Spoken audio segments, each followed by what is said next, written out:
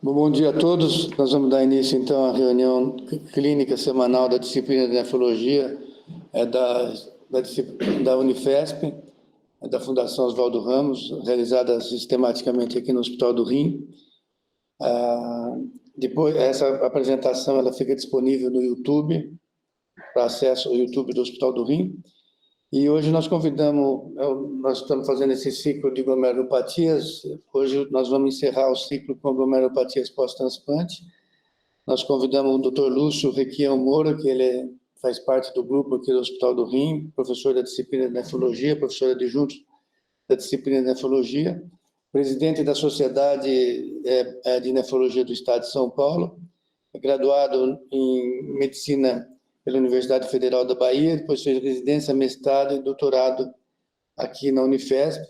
Ele tem um tratado de nefrologia que ele liderou, o Lúcio é bastante ativo, é uma aquisição brilhante assim, da disciplina de nefrologia, também aqui no Hospital do Rim, onde ele está assumindo uma série de responsabilidades acadêmicas, assistenciais, administrativas, aqui no hospital, dentro do processo de sucessão que nós estamos trabalhando já há 2 ou 3 anos. Muito obrigado, Lúcio, parabéns pelo trabalho que você faz. Hein? Aí ele vai falar sobre glomerulopatia pós-transplante. Obrigado, professor Medina. É sempre uma satisfação muito grande estar aqui para falar também, não só para participar da reunião, né? Eventualmente, mesmo antes de ter voltado, eu voltei no concurso de 2019, o professor Medina sempre teve a gentileza de me convidar para vir aqui pelo menos 1 ou 2 vezes por ano para falar na reunião clínica, e para mim é sempre uma satisfação. Então, hoje, para encerrar esse ciclo de discussão sobre doenças glomerulares, foi escolhido o tema glomerulopatias pós-transplante.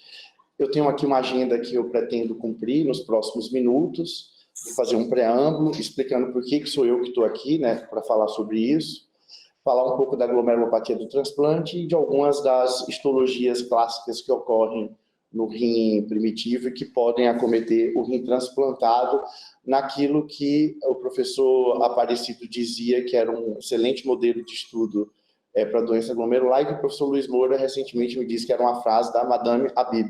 É isso mesmo, né, professor Luiz Moura? Então, nas últimas semanas, vocês que estão acostumados a acompanhar a nossa reunião clínica, tanto aqui presencial quanto a nossa plateia virtual, percebeu que houve uma série de aulas sobre o tema doença glomerular. Todas essas aulas estão disponíveis no nosso YouTube, nesse QR Code. Se alguém quiser ir nas aulas, só apontar o celular para esse QR Code, né? Vários especialistas de diferentes escolas trouxeram excelentes aulas. E o preâmbulo é um para justificar o tema e outro é para dizer por que eu entrei nesse grupo seletíssimo aí de 8 pessoas bastante importantes no tema, né? Então, todos esses temas, nefropatia da IgA, membranosa, GESF, membrana proliferativa, elas podem acontecer depois do transplante no cenário de recorrência, ou seja, aquele paciente que tinha a doença antes do transplante, foi a causa da sua doença renal crônica, faz o transplante e a doença volta mais precoce ou mais tardiamente, ou eventualmente um paciente que tem uma doença renal diabética, faz o transplante e aparece uma doença glomerular nesses cenários das 4, 5 doenças mais típicas do transplante renal. E para justificar por que eu vim falar sobre isso aqui, eu queria dizer que, primeiro, eu recebi a bênção do Papa Luiz Moura para falar sobre o assunto. Em algum tempo na minha jornada e na minha carreira, o professor Luiz Moura, ali como mostra aquela foto, me ungiu para falar sobre doença glomerular, por qualquer motivo que fosse. Eu não entendi direito o que foi, mas ele deve lembrar dessa foto. E depois, porque a doença glomerular, na verdade, foi o que me levou ao transplante, viu, professor Luiz Moura? Então, não é de hoje essa relação, e eu agradeço a doença glomerular ter me levado ao transplante. Então, quando eu era residente, quando eu comecei a residência em 2004, 2005, passando visita lá na enfermaria do Hospital São Paulo, eu me deparei com um caso de uma síndrome nefrótica no transplante, que recebeu uma biópsia com diagnóstico de glomerulopatia membranosa, e o paciente tinha uma hepatite B. E naquela época a gente ainda tinha bastante hepatite B, apesar de eu não ser tão velho assim, né?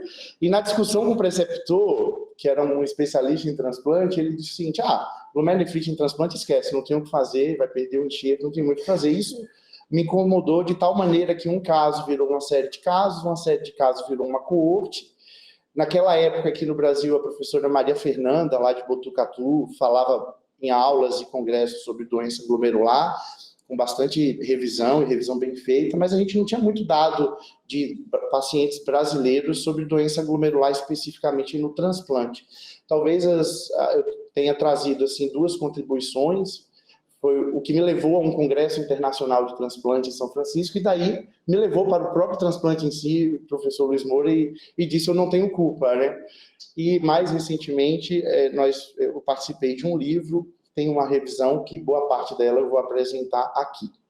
Então, tendo feito esse preâmbulo, as doenças glomerulares no transplante, elas causam um impacto importante na jornada do paciente transplantado, na jornada clínica, de formas que as doenças glomerulares em si são a terceira principal causa de perda do enxerto, mas mesmo na segunda principal causa de perda do enxerto, mostrada aqui nesse gráfico, nós encontramos acometimento ou adoecimento glomerular. Então, essa é uma coorte de pacientes acompanhados por mim, são 1.200 pacientes com 10 anos de acompanhamento. A doutora Marina mostrou esse mesmo dado aqui no Hospital do Rim, que a principal causa de perda do enxerto é o óbito por rim funcionante, pelas diversas causas, seguida de disfunção crônica do enxerto, que nada mais é do que a doença renal crônica de novo. E nesse grupo de pacientes aqui, em torno de 5% em 10 anos, que perdem o enxerto por disfunção crônica, nós vamos encontrar acometimento ou adoecimento glomerular. E as doenças glomerulares típicas são responsáveis aí por perda de 2% de todos os transplantes que são realizados em 10 anos de acompanhamento. E essas doenças glomerulares vão ser identificadas num cenário clínico muito semelhante do que nós fazemos na medicina pré-transplante, ou na nefrologia clínica, em paciente que tem alteração de função renal, alteração de exame de urina, né, especialmente hematúria glomerular, e, mais importantemente, naqueles pacientes que têm proteinúria, especialmente proteinúria glomerular, diagnosticada aqui pela albuminúria. Então, sem dúvida, a proteinúria aqui vai ser o nosso grande marcador de que pode haver algum grau de acometimento glomerular e adoecimento glomerular no transplante. Ela é bastante frequente no pós-transplante, como nós já discutimos aqui anteriormente, né, a ponto de que até 10 a 15% dos pacientes podem desenvolver um nível de proteinúria tão impactante, chegar a fazer síndrome nefrótica, redução de albumina sérica e edema. E ela tem um impacto importante na saúde do enxerto a longo prazo, de formas que uma proteinúria na faixa nefrótica pode reduzir em 50% a expectativa de sobrevivência do enxerto, tão precocemente quanto 5 anos de evolução. E é interessante observar que os diagnósticos são os mais variados possíveis, e isso responde a algumas das perguntas que nós tivemos aqui no preâmbulo, na parte inicial da discussão. E quando nós pegamos pacientes transplantados com proteinúria em suas diversas faixas, quer seja pacientes com doença nefrótica, ou até proteinúrias subnefróticas e proteinúria de pequena monta, nós vamos encontrar aqui as doenças glomerulares tradicionais, GESP, membranosa, IgA, mas aparece aqui com maior frequência uma doença glomerular, que é a glomerulopatia do transplante, que é um acometimento glomerular específico do paciente transplantado, e isso é tanto mais frequente quanto maior for a intensidade da proteinúria. Então, a glomerulopatia do transplante, na verdade, que é um tópico que é específico do transplante, nós não vamos encontrar esse tipo de acometimento em pacientes não transplantados, ela de fato é o nosso carro-chefe em termos de diagnósticos de pacientes que têm adoecimento glomerular. Então, a glomerulopatia do transplante ela é encontrada em até 10% dos pacientes transplantados. De cara, a gente já vê aqui que há uma maior incidência naqueles indivíduos que são transplantados com incompatibilidades HLA ou com incompatibilidades ABO, considerados pacientes de mais risco imunológico, o que significa dizer ou dar uma ideia de que esse adoecimento deve ter alguma relação com a resposta aloimune. O quadro clínico predominante é proteinúria e perda progressiva da função renal, tem um impacto negativo no prognóstico em longo prazo, tem uma alta associação com anticorpos anti-HLA específicos contra o doador, e nesse cenário aqui nós diagnosticamos a rejeição crônica mediada por anticorpo, mas existem pacientes que eventualmente não apresentam essa resposta específica contra o doador, e nós vamos chamar isso de glomerulopatia do transplante. Então, eu peço licença aqui ao professor Luiz Moura, que está na plateia, para demonstrar para vocês o que é, do ponto de vista histológico, essa glomerulopatia, e o que nós vamos encontrar classicamente aqui são os desdobramentos da membrana basal glomerular, nos chamados clássicos imagem de trilho de trem. Eu não consigo enxergar aqui um trilho de trem, mas patologista gosta de fazer essas associações infames de bonde, de bonde, olha só. Mas, claramente, o que a gente tem de acometimento aqui é a barreira de ultrafiltração,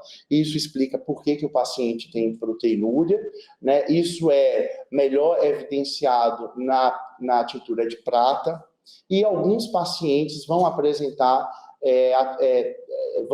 de forma direta evidências de que há uma ativação do complemento. Isso aqui é uma imunistoquímica para o C4D, que é um fragmento de complemento que está positivo quando há ativação da via clássica do complemento, e nesse cenário de ativação de complemento e de presença de anticorpo específico contra o doador, nós fazemos diagnóstico de rejeição crônica mediada por anticorpo.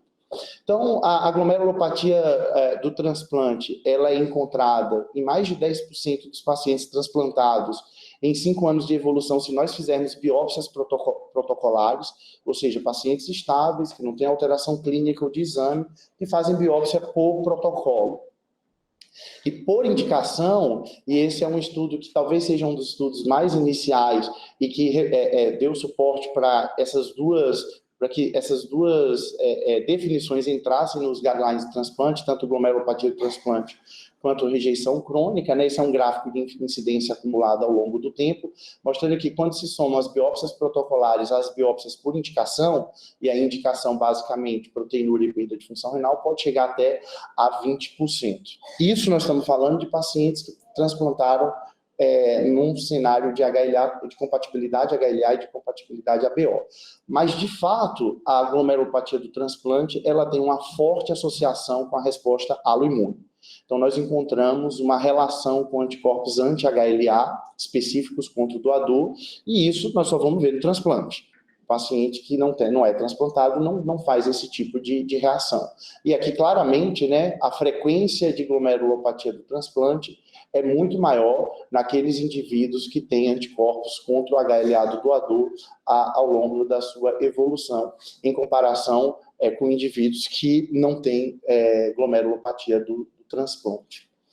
E isso impacta de forma bastante significativa na evolução do transplante. Então, o que se vê aqui, e eu trouxe apenas um dado para resumir essa informação, é que a presença da glomerulopatia do transplante, quer seja rejeição crônica mediada por anticorpo ou não, aumenta em 3 vezes a chance de perda do enxerto. Nós, transplantadores, estávamos sempre acostumados a entender essa doença como um evento tardio no transplante, com impacto tardio, mas se vocês observarem aqui, o tempo de realização de biópsia, mesmo naqueles indivíduos que tiveram um diagnóstico com menos de 2 anos após... Aqui passando os exames. Ela está aqui do lado. Menos de 2 anos após o transplante, nós vemos aqui que isso aumenta de forma bastante substancial o risco de perda do enxerto. Tendo feito o diagnóstico da glomerulopatia do transplante, o que nós temos em termos de manejo clínico? Então, se a glomerulopatia do transplante é um caso de rejeição crônica mediada por anticorpo, e o diagnóstico de rejeição crônica mediada por anticorpo depende de ter a presença do anticorpo circulante específico contra o doador, nós não sabemos exatamente o que fazer. É possível que nos próximos anos tratamentos sejam padronizados, mas sempre fica a dúvida se tem uma resposta autoimune, se vale a pena intensificar a imunossupressão, se vale a pena fazer terapias que são removedoras de anticorpo, como altas doses de imunoglobulina, ou eventualmente terapias que bloqueiem a produção de anticorpo, como imunobiológicos, como rituximab e, mais recentemente, tocilizumab. Do ponto de vista de pacientes que têm a glomerulopatia do transplante, mas não se identifica a resposta aloimune especificamente contra o doador, nos cabe apenas fazer renoproteção, mas também qual a melhor renoproteção. Nós não temos isso padronizado nem suportado por grandes estudos, e mais recentemente tem sido discutido qual é o papel dos inibidores da SGLT2 na evolução desses pacientes, por ser uma doença proteinúrica. Então, sobre a intensificação da imunossupressão, eu já adianto que não há estudos clínicos a respeito.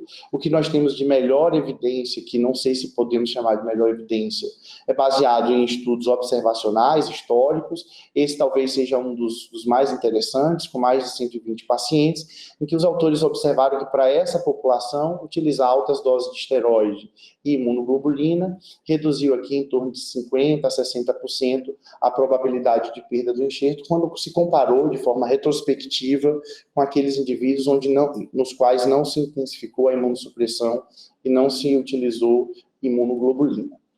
O rituximab, que é um imunobiológico que bloqueia a produção de anticorpo, porque ele bloqueia a célula produtora de anticorpo, né, a migração do linfócito B para a sua forma secretora, que é o plasmócito, ele como vocês devem ter visto nas aulas anteriores, ele praticamente se repete em quase todas as doenças glomerulares. Nós também não temos um grande estudo no transplante utilizando o rituximab para o tratamento da glomerulopatia do transplante, mas os dados que nós temos, de novo, em estudos com pequeno número de pacientes aqui e que utilizaram o rituximab, o que se vê aqui, e aqui é um gráfico de evolução de creatinina, é que aqueles pacientes que usaram rituximab e tiveram alguma resposta no início, em torno de 60% de 14 pacientes, conseguiram manter uma creatinina estável ao longo do tempo, diferente dos indivíduos que não utilizaram rituximab, que evoluíram mais frequentemente para a perda do enxerto, ou daqueles 40% que, a despeito do rituximab, não tiveram uma boa resposta.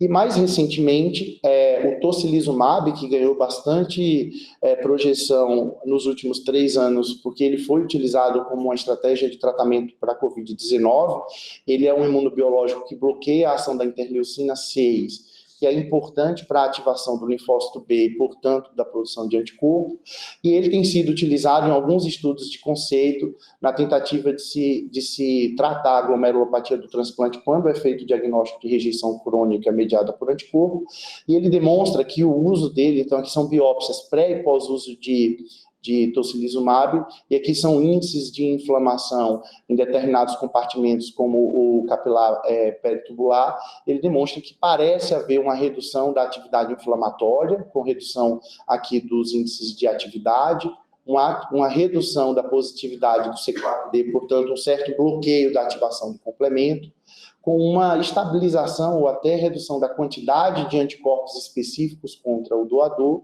e uma estabilização de função renal. Mas esses são dados bastante iniciais, nós não sabemos ainda quais são os papéis desses imunobiológicos no tratamento da rejeição crônica mediada por anticorpo. Então, portanto, sobre a glomerulopatia do transplante, o que eu disse até aqui é que ela é a principal forma de acometimento glomerular do transplante, há uma forte associação com resposta aloimune ao enxerto. Na presença de evidências de lesões causadas por anticorpos específicos contra o doador, ela é a manifestação histológica da rejeição crônica mediada por anticorpos, mas, infelizmente, o melhor tratamento para esse tipo de adoecimento glomerular no transplante ainda não está bem estabelecido.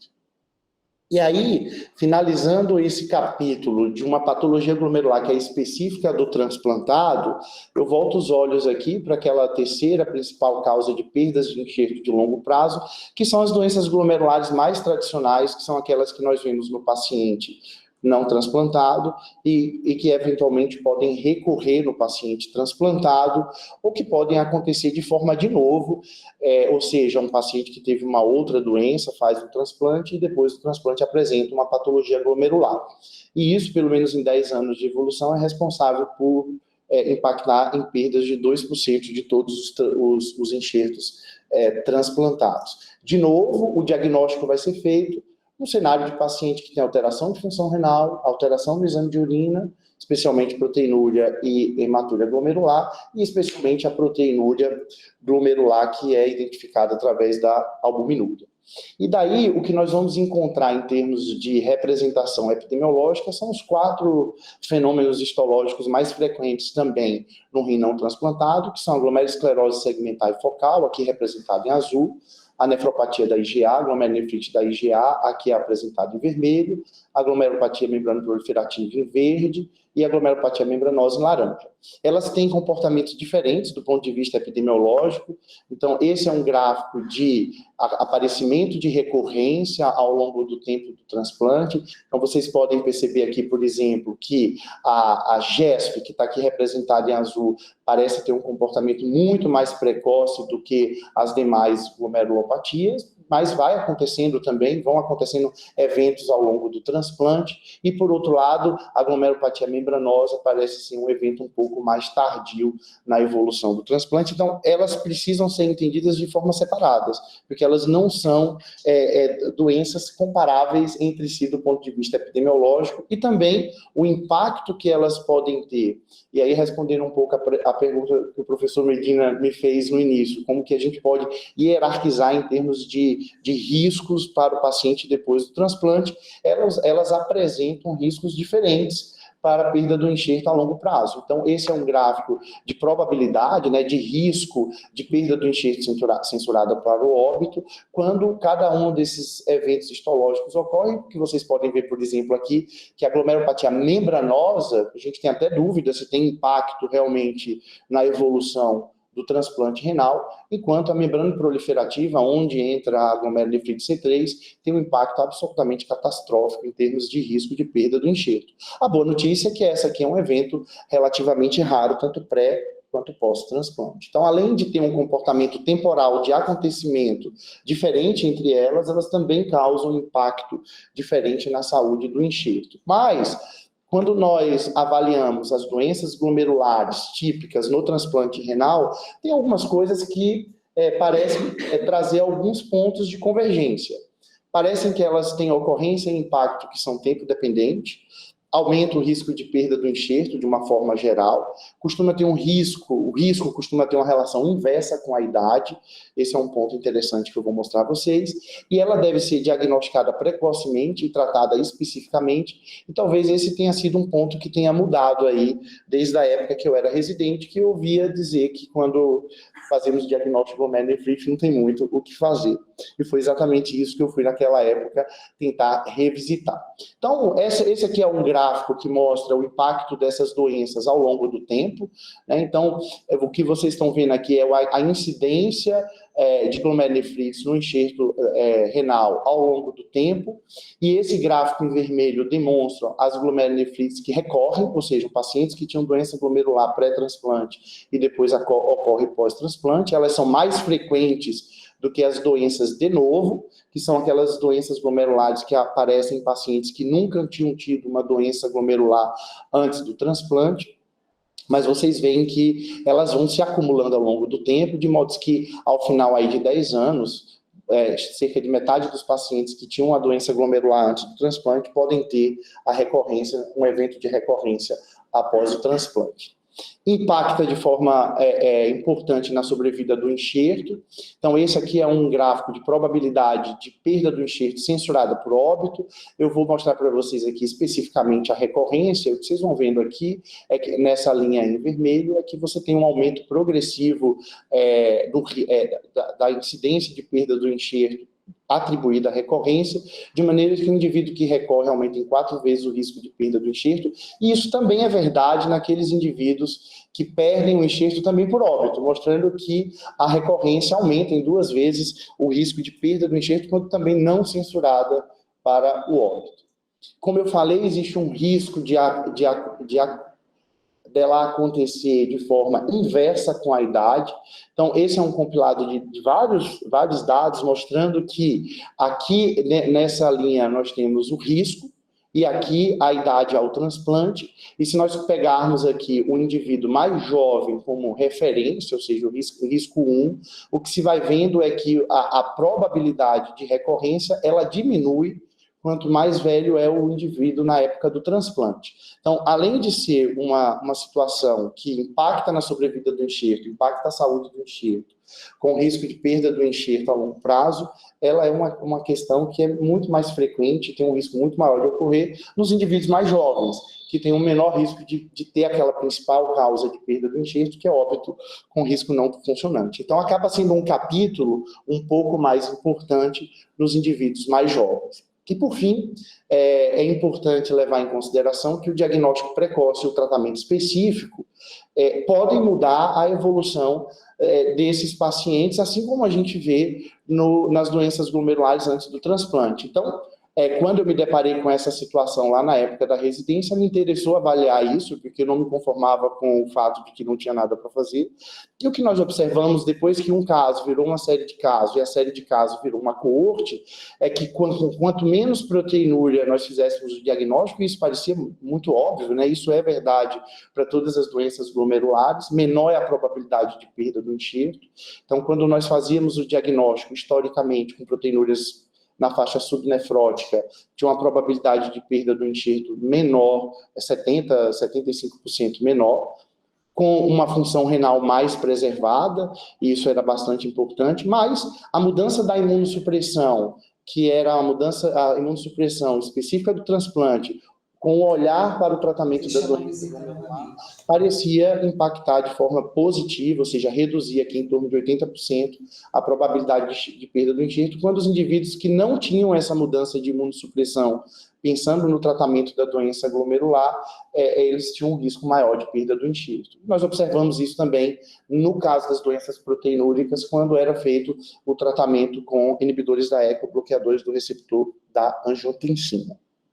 Então, trazendo essas considerações mais gerais para as doenças glomerulares como um capítulo único, eu vou nos próximos minutos aqui tecer alguns comentários sobre as 4 formas histológicas, né, os 4 adoecimentos especificamente encontrados em histologias quando nós damos diagnóstico de glomerulonefrites após o transplante, que são mais frequentes e que os transplantadores se deparam mais na sua prática clínica, começando pela glomerulosclerose segmentar e focal, que talvez seja aquele capítulo mais desafiador.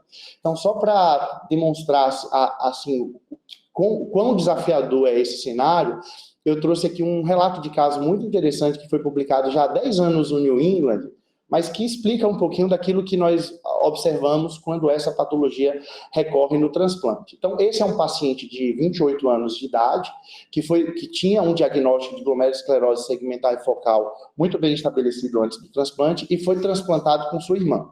Então, esse gráfico aqui mostra o tempo do transplante, desse lado aqui, os valores de função renal, de taxa de filtração glomerular, e desse lado aqui, os valores de proteinúria. Então, esse paciente transplanta, né? Aqui em azul nós temos a função renal. No transplante ele já recupera alguma função renal, mas aqui no segundo dia, né, no segundo para o terceiro dia, ao invés de ter uma evolução que era esperado, uma recuperação progressiva de função renal, o que os médicos observaram, a equipe observou, foi um platô e depois uma alteração, uma perda de função renal, inclusive com necessidade de retorno à diálise. Então, o paciente transplantou, não teve uma evolução satisfatória do ponto de vista de função renal. E o que se observou aqui em termos de proteinúria, né, que é a linha vermelha, e aqui estão os montantes de proteinúria, foi um aumento absurdo de proteinúria, chegando aqui até faixas em torno de 25 gramas em 24 horas. O tratamento padrão à época foi estabelecido, que era a plasmaférese. O paciente não teve uma boa resposta, vocês observam aqui que ele não recuperou função renal, não reduziu proteinúria. Foi feita uma biópsia no dia 6, que já mostrava alterações podocitárias importantes, e aí, com 14 dias, a equipe chamou a família, fez uma reunião com o paciente, com a doadora, e disse, olha, não vai evoluir bem. Então, a proposta que nós trazemos aqui, e levaram isso para o comitê de bioética do hospital, é remover o enxerto, enquanto ele ainda é precoce, e colocar o enxerto em outro receptor. E isso foi aprovado pelo Comitê de Bioética, e o segundo paciente era um paciente em torno de 60 anos de idade que tinha diabetes, adoecimento renal por diabetes. E então, esse enxerto em um outro ambiente, a evolução foi negativação de proteinúria, e recuperação de função renal, deixando claro que havia alguma coisa no ambiente, né, na ecologia desse receptor, que fez com que a doença glomerular recorresse. Então, o que a gente tem, basicamente, de fatores de riscos para esse tipo de evolução? São pacientes que tiveram início de doença antes do transplante com menos de 15 anos de idade. Então, quando a GES ocorre em crianças e adolescentes, é mais frequente a recorrência. Que tiveram uma progressão de sua doença para diálise, sinais de doença renal crônica muito rápido, com altos níveis de proteinúria, que na biópsia mostravam proliferação mesangial. Como eu falei no início da discussão lá no nosso bate-papo, especialmente aqueles indivíduos que num transplante prévio tiveram recorrência, e esse talvez seja o principal fator de risco. E no caso das doenças por mutação genética, nós temos um baixo risco de recorrência. A mutação patogênica da apolipoproteína 1 parece ser um fator de risco, e mais recentemente se discutiu muito a presença de um fator circulante, que é o receptor solúvel da uroquinase, de quem eu já fiz defesa enfática, segundo o professor Luiz Moura. Isso não é bem verdade, mas quando eu falei bem desse marcador, eu estava suportado por alguma evidência bastante elegante que mostrava aqui que o nível sérico desse marcador, o receptor solúvel da uroquinase, era muito mais aumentado na GESP em comparação com outras glomerulonefrites, né? Aqui membranosa, aqui doença de lesão mínima. E quando se observava em pacientes transplantados, o nível sérico desse marcador, o SUPAR, é muito maior em pacientes que tinham recorrência em comparação com aqueles que não tinham recorrência, mas infelizmente os trabalhos que se sucederam a esse demonstraram que esse era um comportamento não específico de GESP, portanto acabou sendo abandonado como marcador de recorrência.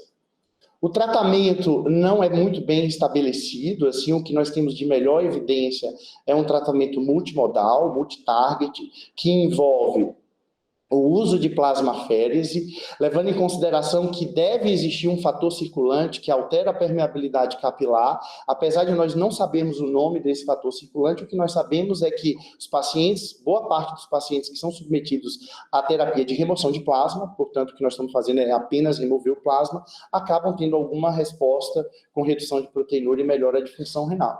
Então, associado à plasmaférese, intensificação de imunossupressão com doses mais altas de corticoide, e uso de inibidor de calcineurina. Então, esse, durante muito tempo, foi o tratamento padrão para recorrência de GES, especialmente quando precoce.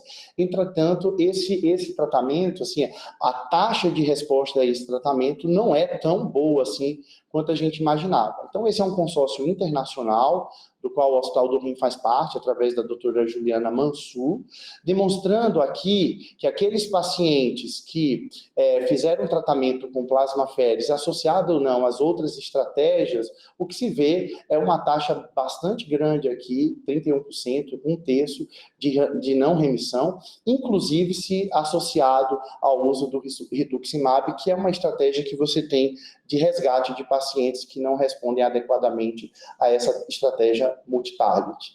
E além de você poder não ter uma boa resposta, um outro problema que nós vemos especificamente na nossa população, então também esse é um estudo conduzido pela doutora Juliana Mansur aqui no Hospital do Rim, que incluiu 13 pacientes, e que demonstrou que sob esse tratamento, 11 pacientes dos 13 apresentaram um evento de infecção que motivaram até a descontinuação do tratamento. Então, não é um tratamento tão simples de se realizar. O que nós sabemos é que aqueles pacientes que apresentam recorrência de GESP têm um impacto importante na evolução do enxerto renal, quando comparado aqui em azul aos pacientes que não apresentam recorrência de GESP, e esse é um gráfico de sobrevida do enxerto, e especialmente aqueles pacientes aqui nesse outro gráfico que não apresentam a remissão da síndrome nefrótica ou da recorrência de GESP com os tratamentos que nós temos disponíveis.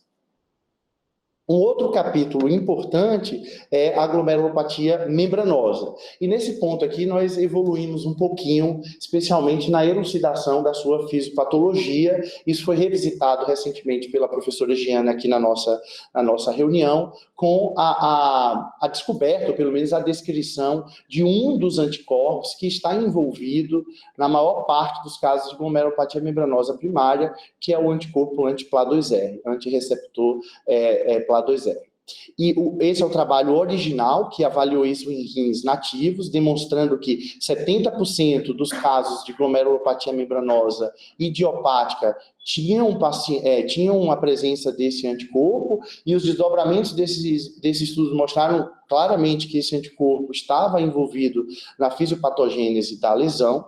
E esse foi o primeiro estudo que avaliou isso em transplante, demonstrando que altos títulos desse anticorpo em pacientes que foram para o transplante estavam relacionados à recorrência precoce, com 13 dias de transplante, mas que ao longo do tempo, e talvez por causa da imunossupressão, esse anticorpo acabava negativando e os pacientes acabavam tendo uma evolução satisfatória. Então, o anticorpo anti-PLA2R, ele é envolvido hoje em torno de 70% a 80% dos casos de glomerulopatia membranosa primária em pacientes não transplantados, e se o paciente transplanta com alto títulos desse anticorpo, ou se desenvolve esse anticorpo de novo, por conta de uma falha imunológica, uma subimunossupressão, você pode ter a glomerulopatia no transplante. Então, a ideia é que você tenha o receptor o receptor A2 da fosfolipase ancorado lá na membrana, na interface entre o podócito e a membrana basal glomerular, e o paciente acaba desenvolvendo uma resposta autoimune a esse antígeno, fazendo aqui um imunocomplexo na parte subepitelial, sem grande ativação inflamatória mediada por célula, mas com um comprometimento importante aqui da saúde da barreira de ultrafiltração e, portanto, desenvolvimento de proteinúria e síndrome nefrótica. Um capítulo que sempre atormentou a vida dos transplantados foi a glomerulopatia membranosa de novo, ou seja, pacientes que transplantavam por qualquer outro motivo e ao longo da evolução do transplante desenvolviam síndrome nefrótica. Quando se fazia biópsia, identificava a glomerulopatia membranosa por conta de uma associação que existe de risco de glomerulopatia membranosa e câncer. Particularmente, eu nunca fiz um diagnóstico de câncer em paciente com glomerulopatia de novo. Eu acho que esse não deve ser mais um grande problema. Mas o que se especulou no passado, e isso não tem evoluído muito bem, seja também uma resposta aloimune a um antígeno que está no podócito, é um antígeno que faz parte do podócito, mas ele não é importante para a integridade da barreira de ultrafiltração, que seria a endopeptidase neutra. Esse antígeno está envolvido numa forma de síndrome nefrótica bastante catastrófica em neonatos, e isso ocorre porque as mães desses neonatos não teriam esse antígeno, e os neonatos teriam porque herdariam do pai, mas como a mãe não tem o antígeno, desenvolveria anticorpo contra esse antígeno, e essa resposta aloimune acabaria gerando uma glomerulopatia membranosa nos neonatos.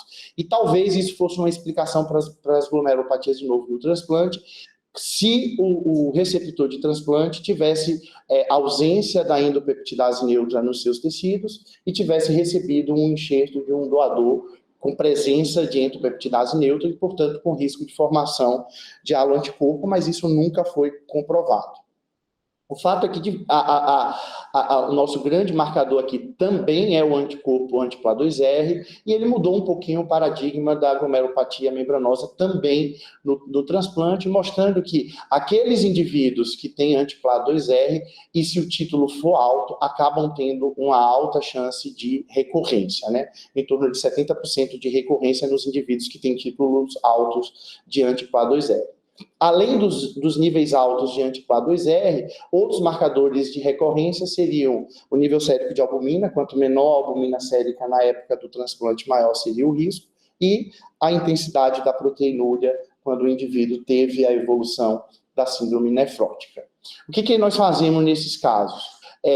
O uso do rituximab tem ganhado bastante força e parece resolver 80% dos casos de recidiva, e nós não sabemos se naqueles indivíduos que têm glomerulopatia membranosa, com esses anticorpos em altos níveis antes do transplante, se remover de forma profilática esses anticorpos antes de levar um indivíduo para o transplante, se isso impactaria no risco de recorrência precoce. Mas isso é algo que tem sido discutido na literatura mais recentemente. Aqui eu trago um dado que me foi gentilmente cedido pela doutora Juliana Mansur, que é um trabalho que vai ser apresentado essa semana no Congresso Americano de Nefrologia, do Kidney Week, lá em Orlando, Tango, que também é do consórcio Tango, e que a Juliana Mansur e a professora Giana fazem parte, com a casuística grande que tem aqui no Hospital do Rim, demonstrando de forma interessante aqui a ocorrência em 10 anos, até 30% dos pacientes que transplantam de glomerulopatia membranosa podem recorrer, mas o que eu queria chamar a atenção é para esse ponto aqui, é que a recorrência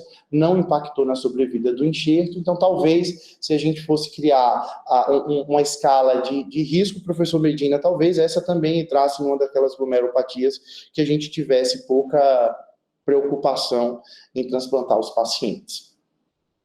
A nefropatia da IgA talvez seja aquela mais frequente em termos de recorrência, mas não tão diagnosticada, porque a maior parte das recorrências nós acabamos não diagnosticando por não fazermos imunofluorescência de rotina. Mas quando o diagnóstico é feito, nós encontramos aqui, do ponto de vista epidemiológico, em torno de 1/3 dos pacientes com recorrência. Então, esse é o gráfico de incidência acumulada, observado também nesse consórcio internacional, do qual o Hospital do Rim faz parte, mostrando aí até 30% de recorrência ao longo de 15 anos. Vários fatores têm sido implicados no risco de recorrência. O mais interessante é a boa compatibilidade HLA. Esse é um caso interessante, né? Os estudos epidemiológicos mostram que o risco de recorrência é maior quando o doador é HLA idêntico. Existem outros fatores de recorrência que têm sido estudados mais recentemente, mas eles não estão muito bem elucidados. De formas que é uma glomerulopatia que, quando recorre, ela pode ter algum impacto na saúde do enxerto. Isso é um gráfico de sobrevivência, mas parece que o impacto é menos importante do que aquilo que a gente observa na GESF e especialmente na glomerulonefrite membrano-proliferativa. O grande problema são aqueles pacientes que, na sua recorrência, têm intensidade alta de proteinúria, especialmente quando já tem algum grau de alteração de função renal. Esse é um gráfico de sobrevivência do enxerto, mostrando que esses dois clusters de paciente acabam tendo uma evolução pior em termos de prognóstico ao longo do tempo. E, de novo, nós não temos ainda um tratamento muito bem padronizado. O que nós fazemos é uma terapia de suporte, com controle rigoroso de pressão, redução de proteinúria através do uso de EGBRA quando o paciente tolera doses máximas. Aquelas medidas que também são utilizadas no rim não transplantado, como perda de peso, atividade física, cessação do tabagismo, e o tabagismo parece ser um fator importante na doença por IgA, por estimular células de tecido de mucosa respiratória, que é uma das principais fontes de produção de IgA, mas nós não sabemos qual é o papel da imunossupressão, como, por exemplo, o aumento da dose do corticoide, troca de microfenolato para ciclofosfamida, e, mais recentemente, surgiu com grande força de evidência o uso dos inibidores da SGLT2 nas nefropatias por IgA em rim primitivo, e também nós não sabemos qual que é o papel dessa classe de drogas na recorrência do transplante. E, para finalizar, algumas palavras sobre a glomerulonefrite membrano-proliferativa, que mais recentemente, através do grupo da Clínico Mayo, liderado pelo Sandiv e pelo Fernando Fervenza, uma padronização de diagnóstico, né, de classificação, foi tentado ser feito, né? A Cristiane Bittencourt recentemente fez uma excelente apresentação sobre isso aqui, até com algumas análises críticas, mas essa classificação que divide a membrana proliferativa naquelas predominantemente mediadas por imunoglobulinas ou predominantemente mediadas por C3, elas são interessantes para o olhar do transplante, porque a gente consegue ter um padrão de taxa de recorrência um pouco melhor definido quando a gente segue essa classificação. Então, aquelas doenças membrano-proliferativas que são mediadas por imunoglobulinas e que tem um padrão policlonal, como doença por infecção, e aqui entra lúpus, que tem um baixo risco de recorrência depois do transplante, a taxa de recorrência é baixa e o risco de perda do enxerto é menor.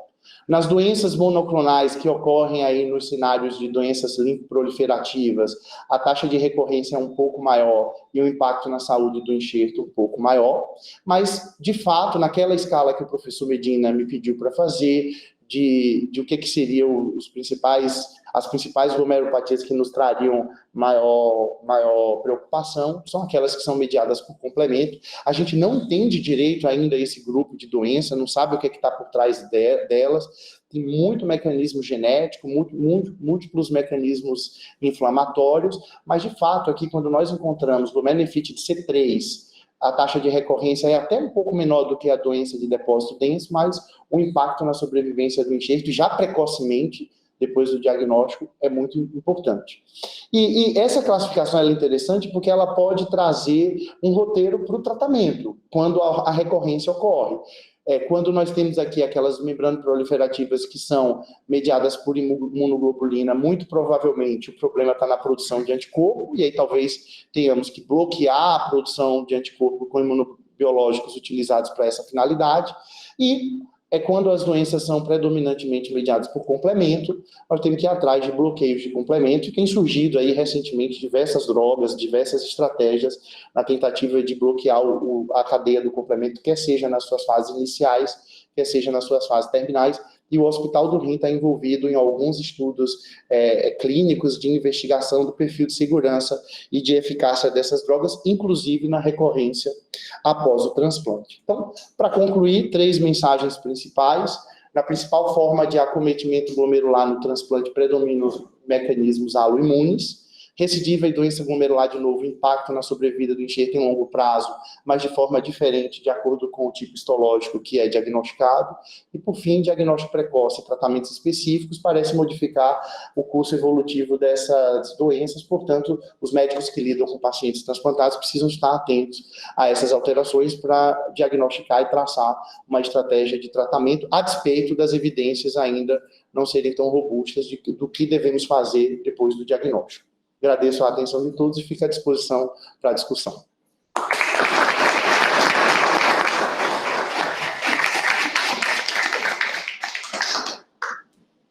Eu vou te apertar um pouco disso. Não faça isso, professor.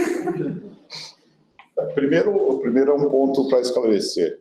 Você encontra no livro a referência do duplo contorno como track. Tran é bonde. 2 linhas paralelas sem o dormente no meio. Aí seria train. Por isso, duplo contorno é trilho de bonde, não trilho de trem. Esse é o primeiro ponto. O trilho de trem você vai encontrar na membranosa, na fase 3, fase 4, porque vai ter a espícula no meio. Mas, efetivamente, isso acontece com agressão crônica do endotélio. Não importa o que aconteça nesse endotélio, o que ele vai fazer? Em primeiro lugar, você vai mexer com os glicosaminoglicanos dependentes da célula endotelial, que são responsáveis pela carga elétrica negativa. Então, de uma certa maneira, você tem o primeiro ponto passível da proteinúria por alteração da carga elétrica a partir da agressão direta do anticorpo contra o endotélio sem fazer imunocomplexo, sem ativar complemento.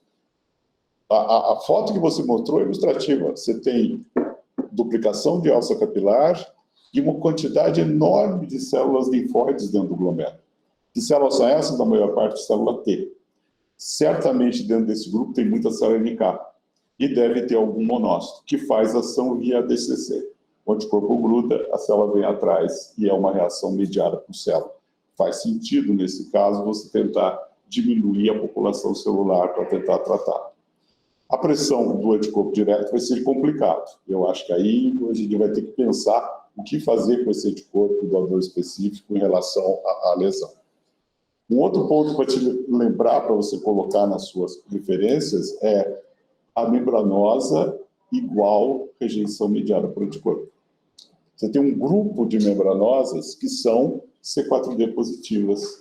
Portanto, são anticorpos que se criam posteriormente ao transplante, que fazem imunocomplexo e que não são PLA2R associadas, e que esses imunocomplexos podem ser de dissociação fácil, passa o antígeno, passa o anticorpo atrás, ou o anticorpo é dirigido contra um determinante antigênico no podócito. Então, da mesma forma que o endotélio tem receptores, tem expressão de HLA, o podócito também tem. Então, desta maneira, você pode criar um imunocomplexo local. E usar o marcador proteinúria como um elemento de saber quem vai mal e quem não vai, a membranosa tira isso da concorrência. Porque, nos casos de membranosa, assim como no rim primitivo, a evolução é muito longa. E esta evolução longa mostra que, apesar de ter proteinúria, isso efetivamente não impacta na sobrevida do transplante. A última coisa é que muitos desses dados de lesão podocitária difusa, e eu trocaria recidiva de glomerulosclerose segmentária focal para recidiva de podocitopatia primária. Muitos deles não são podocitopatias primárias. Eu tenho muita dificuldade em admitir que todos esses casos seriam lesões podocitárias primárias, porque o nosso diagnóstico é muitas vezes incompleto. Nós não fazemos microscopia eletrônica de rotina. E, portanto, um caso que tenha lesão podocitária, mas que você não mostre, em adultos, que você não mostre lesão difusa de podócito, você não está autorizado a chamá-la com 100% de certeza de ser uma podocitopatia primária. De qualquer maneira, aquela bênção que eu proferi naquele momento bucólico, fui num congresso e não tinha nada a ver com glomerulopatia. Não, volte aqui. O senhor me provocou, eu quero ajuda aqui. Não, tem ajuda Eu concordo com quase tudo. Não tem ajuda nenhuma. De fato, não era uma doença glomerular, mas era uma bênção. Não era uma bênção. Pronto. Era uma bênção. Voltando para a explicação que o senhor trouxe sobre o anticorpo anti-HLA, levando às alterações de duplicação da membrana basal glomerular e colocando foco na DCC ou nos mecanismos celulares, o senhor acha que o anticorpo poderia ser só um marcador e não estar envolvido na fisiopatogênese da lesão? Esse é um ponto. Difícil responder isso. De qualquer maneira, a gente sabe que anticorpos na região subepitelial, do outro lado, tem efeito mecânico no podócito. Então, a gente vê isso em estudo experimental. Ferritina catiônica injetada no animal, molécula pequena, carga elétrica positiva, passa, deposita na região subepitelial. O depósito dá uma proteína transitória para depois fazer o modelo de membranosa com anticorpo antiferritina que você injeta no animal. Então, mecanicamente, depósitos subepiteliais causam dano podocitário. Anticorpos na região do endotélio são mais complicados. Daí a falha dos modelos experimentais em mostrar doenças por anticorpo no endotélio, causando lesão permanente. Exemplo, de novo, experimental. Concanavalina A, anticorpo anti-CONEI. Na região do endotélio, você planta concanavalina A no endotélio, usa o anticorpo, o endotélio some os imunocomplexos em curto espaço de tempo. Então, o efeito físico é muito menos evidente no endotélio do que... Acho que aí, neste caso, eu daria muito crédito para o anticorpo ter efeito patogênico local. Perfeito. Ou fixando complemento, como você teorizou, é bem possível que ele faça isso e ative complemento, ou agindo na forma de um mecanismo celular dependente de anticorpo, uma DCC. Eu acho que sim.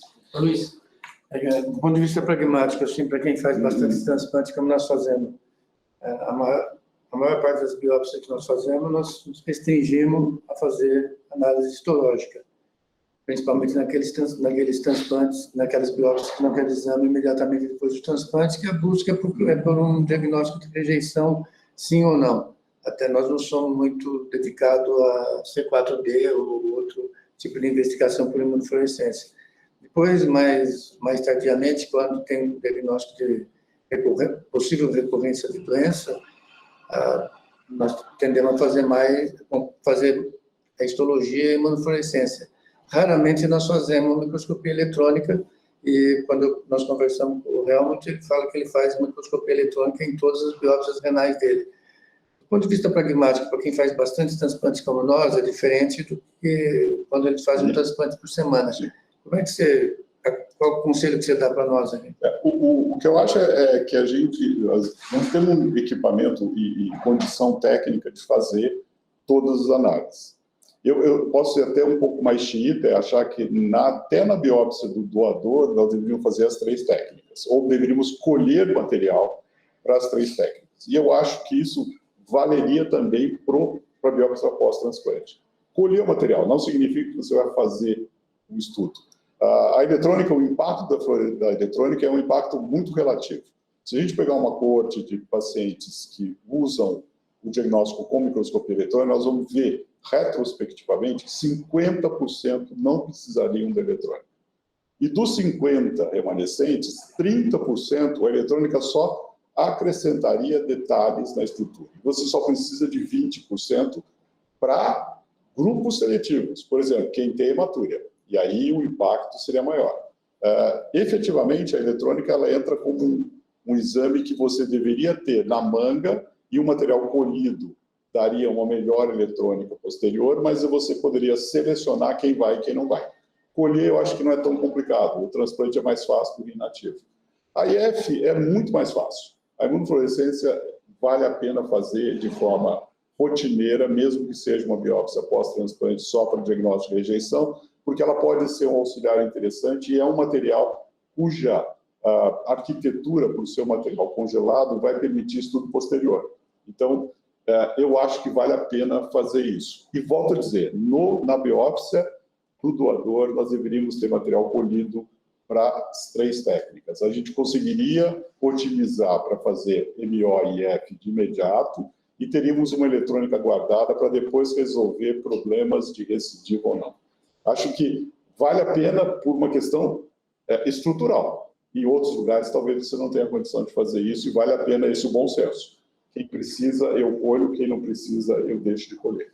Uma vez que você vislumbre, por exemplo, um paciente que tem hematúria, eu não acho que é admissível se eximir de colher o material para eletrônica.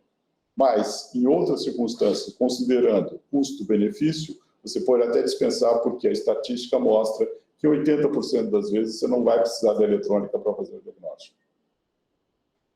Patologista é um ser engraçado, porque ele tentou me dar um pito aqui com o trilho de trem, mas quando era mais jovem, eu ainda continuo jovem, mas quando eu era mais jovem, eu costumava ver bastante lâmina com os meus mentores, né?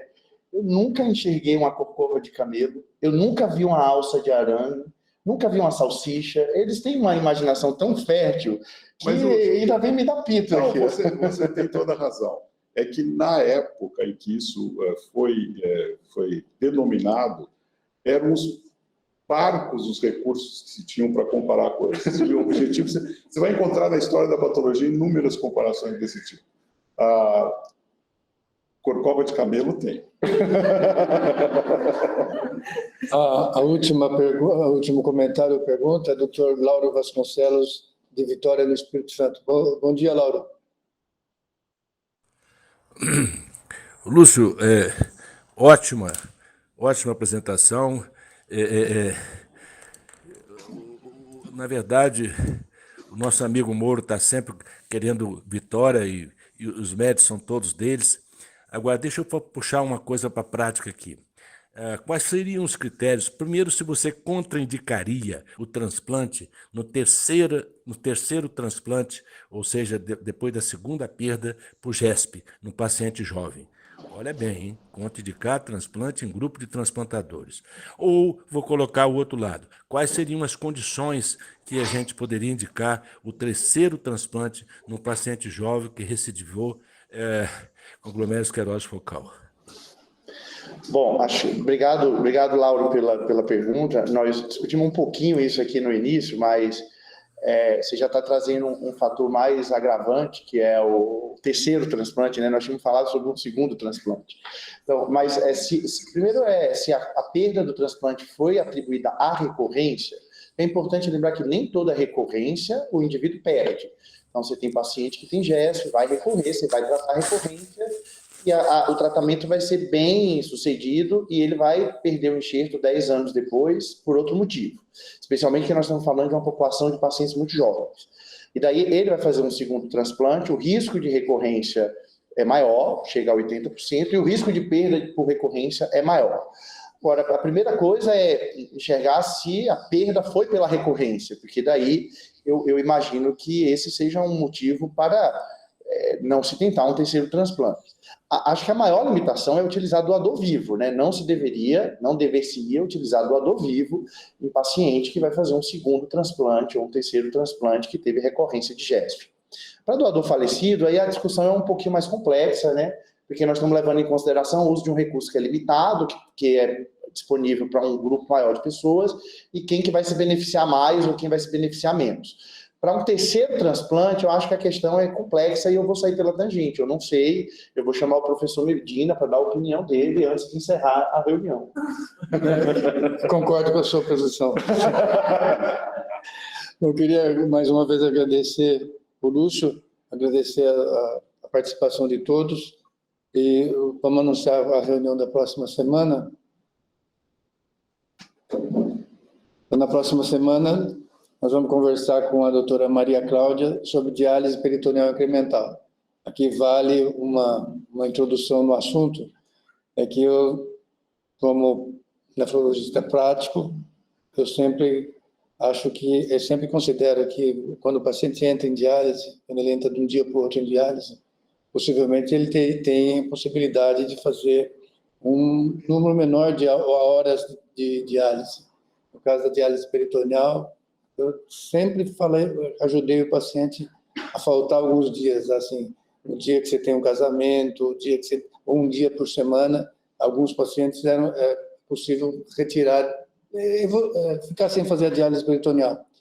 E agora eu falei com a Maria Cláudia, porque eu estranhei que eu fazia essa recomendação e de repente apareceu um paciente no consultório que ela também faz a recomendação e ela achou o nome bonito para aquilo que eu pensava há bastante tempo, que é uma diálise peritoneal incremental. Eu acho bastante razoável mesmo, porque depende bastante da reserva que o paciente tem de função renal, e ela vai falar sobre isso, que é um conceito novo, assim, mais dimensionado do que aquilo que eu fazia por intuição. Então, esse é um assunto que eu convidei ela para discutir em função dessa necessidade. Até uma vez que eu discutia sobre a necessidade de diálise, o número de horas de diálise para quem tem peso maior ou menor, uma das respostas que eu recebia, se o meu raciocínio estivesse correto, criança com insuficiência renal crônica não precisaria de diálise. Lúcio. Obrigado, professor. Obrigado a todos pela atenção. Um bom dia, uma ótima semana a todos. Tá.